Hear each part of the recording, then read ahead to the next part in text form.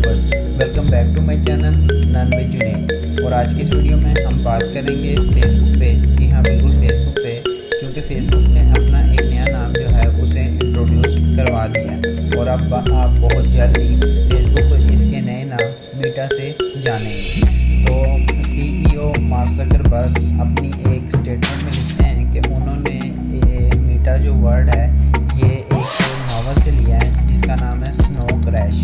यानी कि snow crash एक नावल है जिसमें से उन्होंने ये वर्ड मीटा लिया है और ये टोटल लफ्ज़ जो है ये है मीटा वर्स। तो व्यूवर्स, मार्क ज़करबर्ग कहते हैं कि उन्होंने पब्लिक को एक वर्चुअल इन्वायरमेंट जो है वो देने का